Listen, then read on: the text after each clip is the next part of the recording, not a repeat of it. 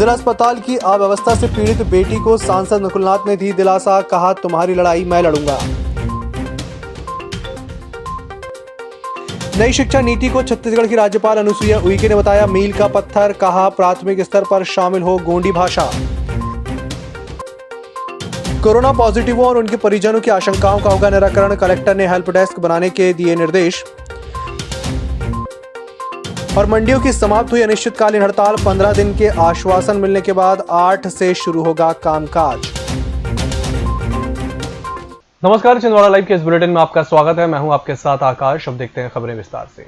छिंदवाड़ा सांसद नकुलनाथ ने जिला अस्पताल प्रबंधन की लापरवाही के चलते अपनी मां को खो चुकी बेटी को न सिर्फ ढांढस बंधाया बल्कि उसकी हर लड़ाई में उसे साथ देने का वायदा भी किया।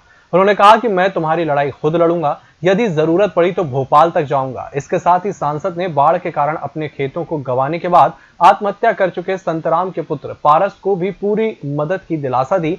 उन्होंने कहा कि पूरी प्रशासन की गलती है जो बिना चेतावनी सायरन के गेट खोल दिया। सांसद ने दोनों ही पीड़ितों से कहा कि वे उनकी लड़ाई में हमेशा उनके साथ हैं और जब भी वे चाहें तो उनके संपर्क कर सकते हैं। आपको बता दें कि पारस को सांसद के द्वारा निजी तौर पर भी आर्थिक मदद की गई है। लेकिन सर बस मैं ये चाहती हूँ कि मेरी मम्मी के साथ में जो हुआ अब छिंदवाड़ा जिले के किसी भी नगरवासी के साथ में ये चीजें ना हो। बस मैं चाहती हूँ मेरी कोशिश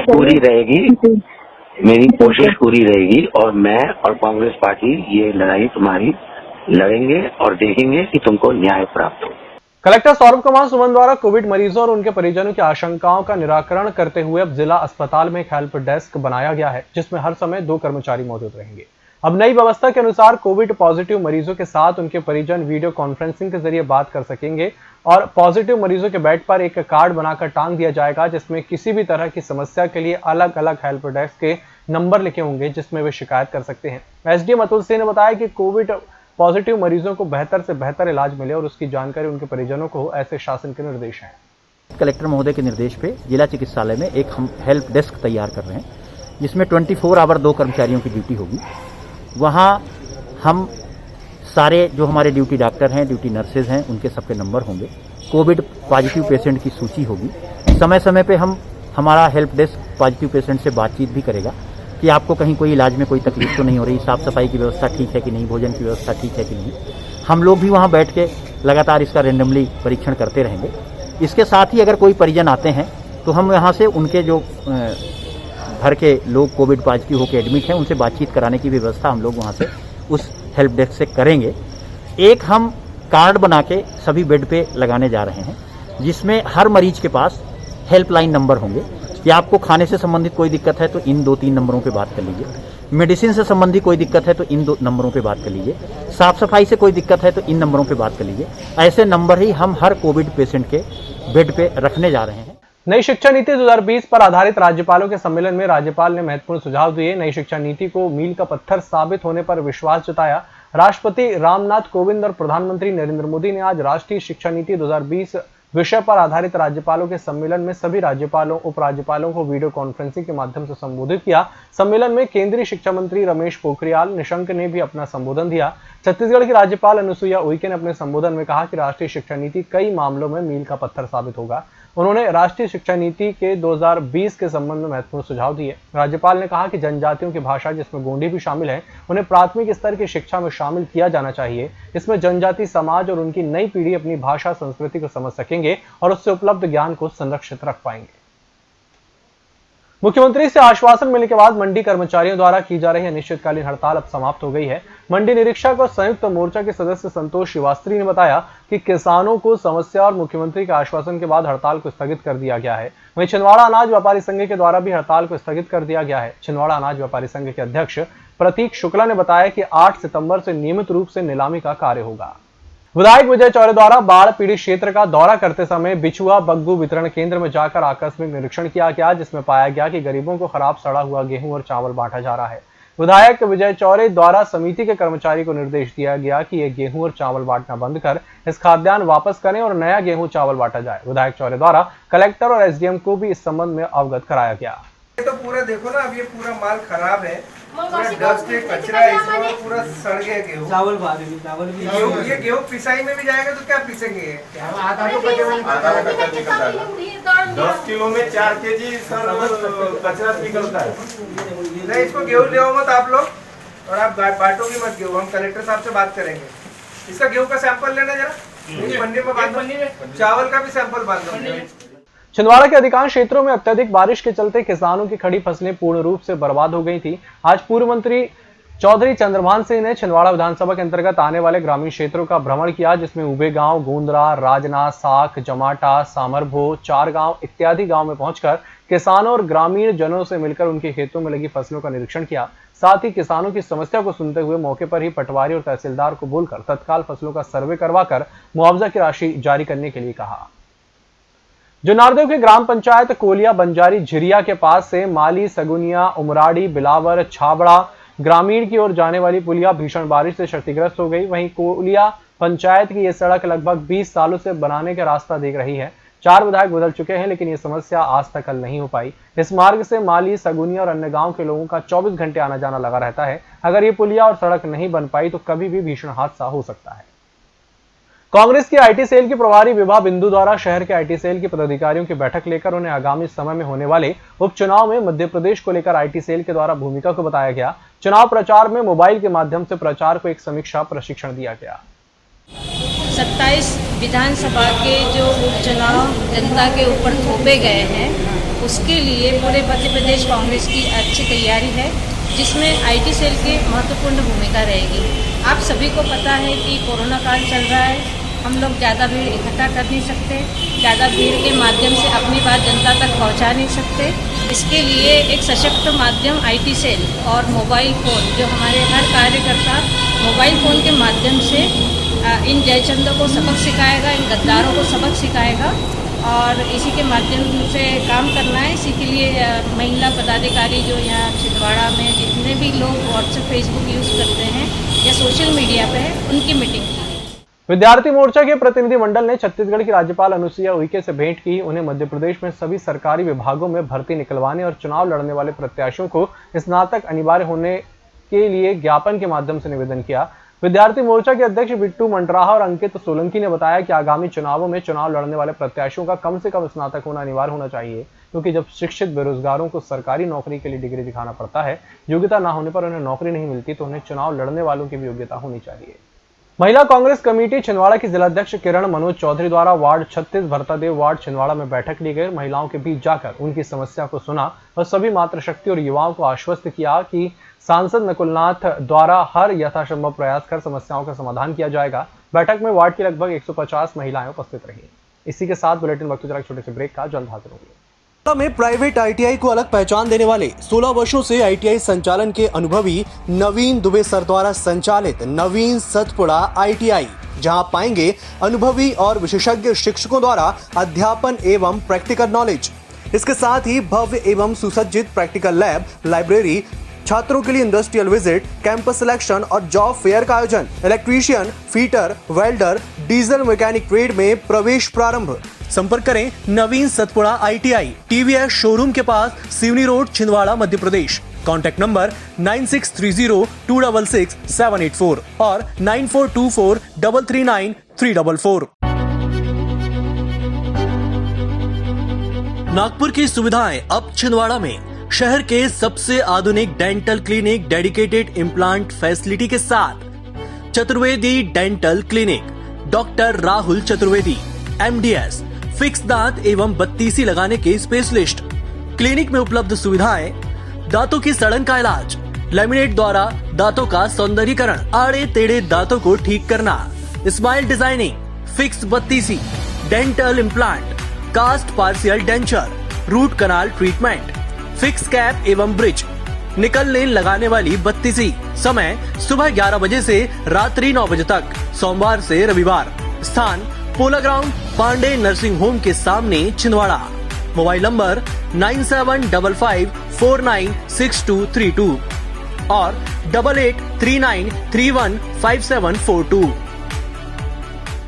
ब्रेक के बाद एक बार फिर से आपका स्वागत और बढ़ते हैं अगली खबर की ओर। जिले के समस्त अशासकीय सीबीएसई, आईसीएसई और एमपी बोर्ड शिक्षण संस्थाओं को स्कूल फीस और ऑनलाइन क्लास में नाम जोड़ने को लेकर जिला शिक्षा अधिकारी ने निजी स्कूलों को आदेश जारी किए हैं कि जब तक स्कूल बंद है तब तक शिक्षण शुल्क के अलावा किसी भी प्रकार का अन्य शुल्क लिया जाना प्रतिबंधित रहेगा। यदि शाला में शासन के निर्देशानुसार ऑनलाइन शिक्षण व्यवस्था की गई है तो किसी भी विद्यार्थी को ऑनलाइन शिक्षा से वंचित नहीं किया जाए। टीसी और मार्कशीट किसी भी स्थिति में ना रोकी जाए। निर्धारित समय 3 दिन की अवधि में पालक के आवेदन पर टीसी जारी करें। आरटीई के तहत निःशुल्क प्रवेशित किसी भी बच्चे से किसी भी प्रकार का शुल्क ना लिया जाए।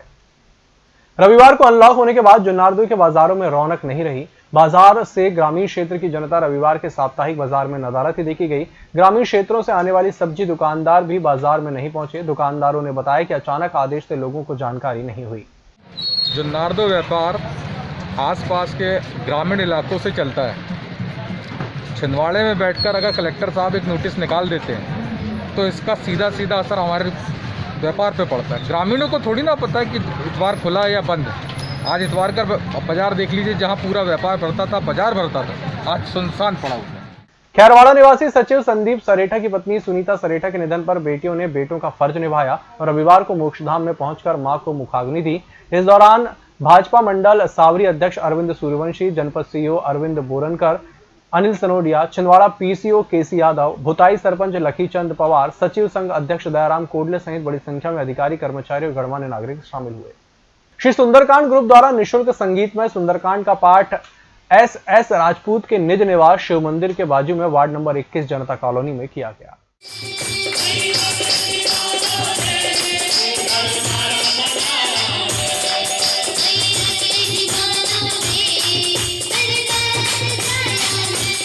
हमारे परम आदरणीय एस राजपूत जी के निवास में जनता कॉलोनी में संगीत में सुंदरकांड का महापाठ किया गया। साथ ही शासन के लॉकडाउन का सभी नियमों का पालन किया गया एवं आगामी शनिवार से जल्द पूर्व में न मनाए गए रामनवमी पर्व की समीक्षा बैठकें प्रारंभ होने जा रही हैं। जल्द से जल्द रामनवमी की समीक्षा बैठक की जाएगी। छत्तीसगढ़ की राज्यपाल अनुसुईया उइके ने कहा कि कोरोना का जबरदस्ती का हवा बना दिया गया है। छत्तीसगढ़ की राज्यपाल अनुसुईया उइके आज कलेक्ट्रेट एनआईसी कक्ष में वीडियो कॉन्फ्रेंसिंग के बाद पत्रकारों से चर्चा के दौरान उन्होंने बताया कि कोरोना को पूरे देश में हवा बनाकर रखा गया है। उन्होंने कहा कि एलोपैथिक गोली बहुत ज्यादा हाई डोज की होती है, जिसका कोरोना नहीं उसे वह गोली दे रहे हैं, उसकी पूरी बॉडी डैमेज होती है, वह गोली बॉडी के लिए बहुत खतरनाक होती है। उन्होंने कहा कि काढ़ा लें और विटामिन सी की गोली लें और घर पर रहें वगैरह धोते रहे तो कुछ नहीं होगा। कई लोगों को कोरोना हो भी जाएगा तो उसे पता नहीं। अगर आप टेस्ट कराओगे तो वो कोरोना कौन सा है भाई पता ही नहीं है। कोविड-19 का है या बुखार का है, सबका वायरस है, लेकिन जबरदस्ती का इसका हवा बना दिया पूरे देश भर में। मतलब आज ये बताइए कि ये जो एलोपैथी गोली बहुत ज्यादा हाई डोज की होती है, उससे भी लोगों को नुकसान हो रहा है। जिसको कुछ भी नहीं है उसको भी गोली दे रहे हैं, उसकी पूरी बॉडी डैमेज हो रही है। मैं कहती हूँ कि आप लोग भी इससे को सावधान करिए कि वो गोली बहुत खतरनाक है बॉडी के लिए। अब वो सीधे अगर काढ़ा खाए, और मैं तो कहती हूँ कि भगवान और रामदेव बाबा की भी जो काढ़ा है और भाप ले और इम्यूनिटी के लिए सी विटामिन ले, बस हो गया और कुछ नहीं। बीते कई सप्ताह में सोमवार का दिन ऐसा रहा जब किसी की रिपोर्ट पॉजिटिव नहीं आई। हालांकि पिछले 2 दिनों में कोरोना पॉजिटिव की संख्या 516 से बढ़कर 545 हो चुकी है और एक मौत और दर्ज होने के बाद मरने वालों की संख्या 12 हो गई है, जबकि 427 ठीक हो चुके हैं। हॉस्पिटल आइसोलेशन में अब भी 106 मरीज भर्ती हैं। थाना रावणवाड़ा अंतर्गत ग्राम तुमड़ी में 14 वर्षीय धर्मवीर पिता श्याम नागवंशी की नहाते वक्त डूबकर मौत हो गई, जिसकी जानकारी मिलने के बाद प्लाटून कमांडर गणेश कुमार धुर्वे के हमरा 9 सदस्यीय रेस्क्यू टीम घटनास्थल की ओर रवाना किया जाकर रेस्क्यू कार्य प्रारंभ किया गया, जिसमें रेस्क्यू दल द्वारा कठिन परिश्रम और मेहनत करके मृतक धर्मवीर नागवंशी का शव नदी से बाहर निकालकर रावणवाड़ा थाना पुलिस को सौंपा गया। 17 ग्राम पंचायतों के 40 ग्राम के लगभग 5000 लोगों ने एसडीएम कार्यालय पहुंचकर कन्हान कॉम्प्लेक्स संगम बांध 1 और 2 को रोकने की मांग का ज्ञापन सौंपा। गोंडवाना गणतंत्र पार्टी के जौहरी लाल एवनाती जिलाध्यक्ष प्रकाश कुमरे के नेतृत्व में विशाल रैली में पहुंचकर ज्ञापन दिया गया।